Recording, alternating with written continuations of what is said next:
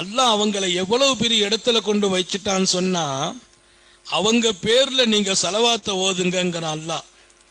யா அய்யுஹல்லதீன ஆமனூ ஸல்லூ அலைஹி வஸல்லிமு தஸ்லீமா, என் ஹபீபின் மீது நீங்கள் ஸலவாத் ஓதுங்கள், சலாம் சொல்லுங்கள்.